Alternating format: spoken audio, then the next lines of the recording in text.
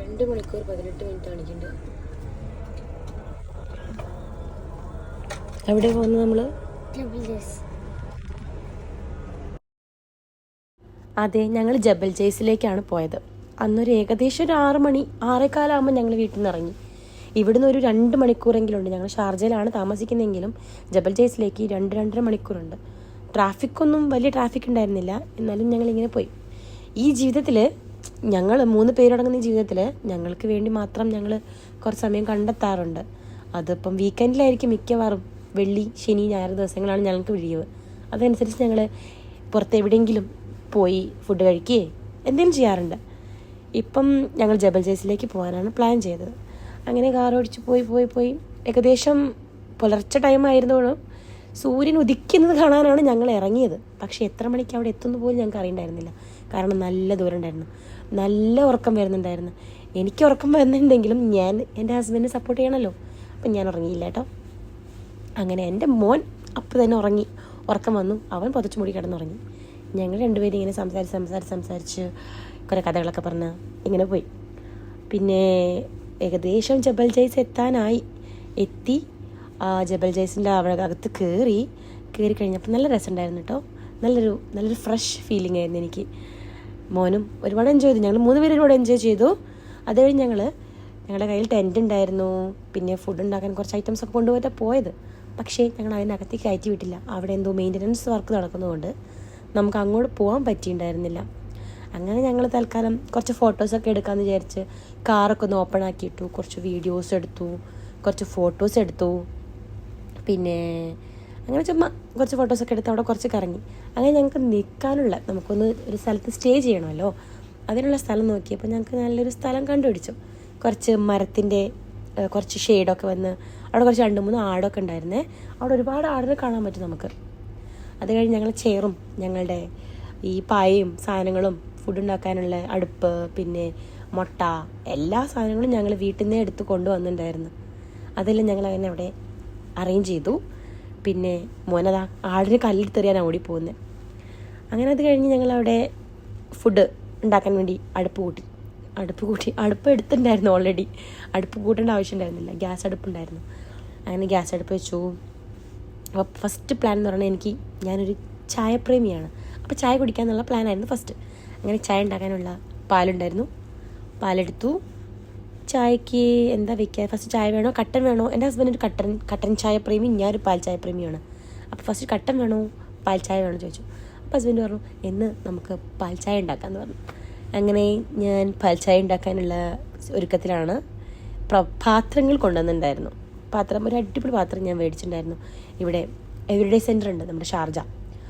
അവിടെ വെച്ച് ഒരു ഗ്ലാസ് ടൈപ്പ് മേടിച്ചിട്ടുണ്ടായിരുന്നു.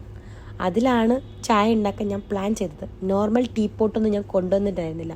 അതിൽ ഞാൻ ഫസ്റ്റ് ടൈം ഉണ്ടാക്കുന്നത്. അങ്ങനെ എങ്ങനെയാണ് ഉണ്ടാക്കാമെന്ന് പോലും എനിക്ക് അറിയണ്ടായിരുന്നില്ല. അങ്ങനെ ഞാൻ ആദ്യം ഈ സാധനങ്ങളൊക്കെ അറേഞ്ച് ചെയ്യുമായിരുന്നു അവിടെ. ഇവൻ ചുമ്മാ അവിടെ കിടന്നിങ്ങനെ ഓടിക്കളിക്കുക. മാത്തു എൻ്റെ മോൻ. ഇതാണ് ഞാൻ പറഞ്ഞ ചായപാത്രം. എവരിഡേ സെൻറ്ററിൽ നിന്ന് മേടിച്ചതാണേ. അത് ചായ തിളച്ചുകൊണ്ടിരിക്കുക. അപ്പം ഞങ്ങളിങ്ങനെ ഞങ്ങളുടെ കുറച്ച് സംസാരവും നല്ല രസമുണ്ടായിരുന്നു. ആ ഏരിയ കാണാൻ നല്ല മരത്തിൻ്റെ തണലും ചായയൊക്കെ ആയിട്ട് നല്ല വൈബ് ഉണ്ടായിരുന്നേ. അത് കഴിഞ്ഞ് ഞങ്ങളിങ്ങനെ ചുമ്മാ ഇരുന്ന് സംസാരിക്കുക. അപ്പം ഫോട്ടോ എടുക്കുക, സെൽഫി എടുക്കുക, അതൊക്കെ. ചായ തിളച്ചുകൊണ്ടിരിക്കുകയാണ്. ആ സമയവും ചായ തിളച്ചുകൊണ്ടിരിക്കുകയാണേ. അപ്പോഴവൻ പറയണത് അവന് വിശക്കുന്നുണ്ടെന്നാ. അപ്പോൾ ഞങ്ങളുടെ കയ്യിൽ വേഫേഴ്സ് ഉണ്ടായിരുന്നു. അപ്പോൾ വേഫേഴ്സ് പൊളിച്ച് അവൻ കഴിക്കാൻ തുടങ്ങി. അപ്പോൾ ഞങ്ങൾ 2-3 കഷ്ണം എടുത്ത് ഞാനും ഹസ്ബൻഡും കഴിച്ചു. നെക്സ്റ്റ് പരിപാടി എന്ന് പറയുന്നത് ചായപ്പൊടി ഇടണം. അങ്ങനെ ചായപ്പൊടി ഞാൻ ഇട്ടുകൊണ്ടിരിക്കുമ്പോൾ ഞാൻ പറഞ്ഞല്ലോ ഇതെങ്ങനെയാണ് ഈ പാത്രം യൂസ് ചെയ്യാന്ന് പോലും എനിക്ക് അറിയണ്ടായിരുന്നില്ല. അതെല്ലാം കൂടി തറച്ച് പൊന്തി പുറത്തേക്ക് പോയി. നല്ലൊരു കോമഡി സീനായിരുന്നു. അപ്പം എല്ലാവരും ഭയങ്കര ചിരിച്ചു. നല്ല രസമായിട്ട് അത് ഫ്ലോപ്പായി. അങ്ങനെ തോറ്റു കൊടുക്കാൻ പറ്റില്ലല്ലോ എന്ന് വിചാരിച്ച് ഞാൻ വീണ്ടും ചായപ്പൊടി ഇടുകയാണ്. ചായപ്പൊടി ഇട്ട് ചായ തിളച്ചു.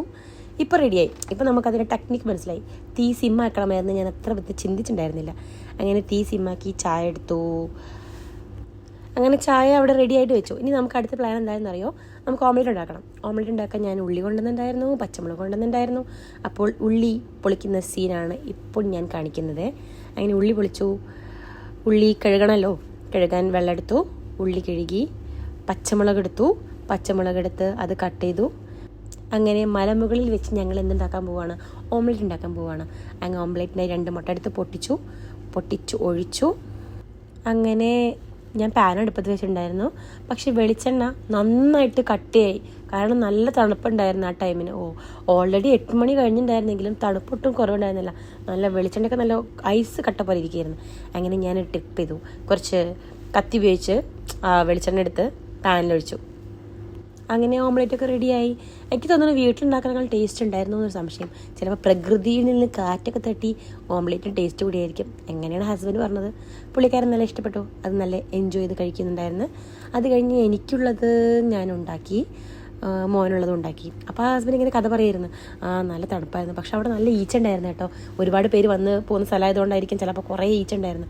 എനിക്കുള്ളത് കുറച്ച് ഫ്ലോപ്പായി മുട്ട. അങ്ങനെ മോനും കഴിച്ചു, ഞാനും കഴിച്ചു. പക്ഷെ ഞാൻ മുട്ട കഴിച്ചിട്ടുണ്ടായിരുന്നില്ല. എനിക്ക് രാവിലെ തന്നെ മുട്ട കഴിക്കാൻ എന്തോ ഒരു ബുദ്ധിമുട്ട്. എന്താണെന്നറിയില്ല, കുറേ ട്രാവൽ ചെയ്ത് വന്നുകൊണ്ടായിരിക്കും ചിലപ്പം.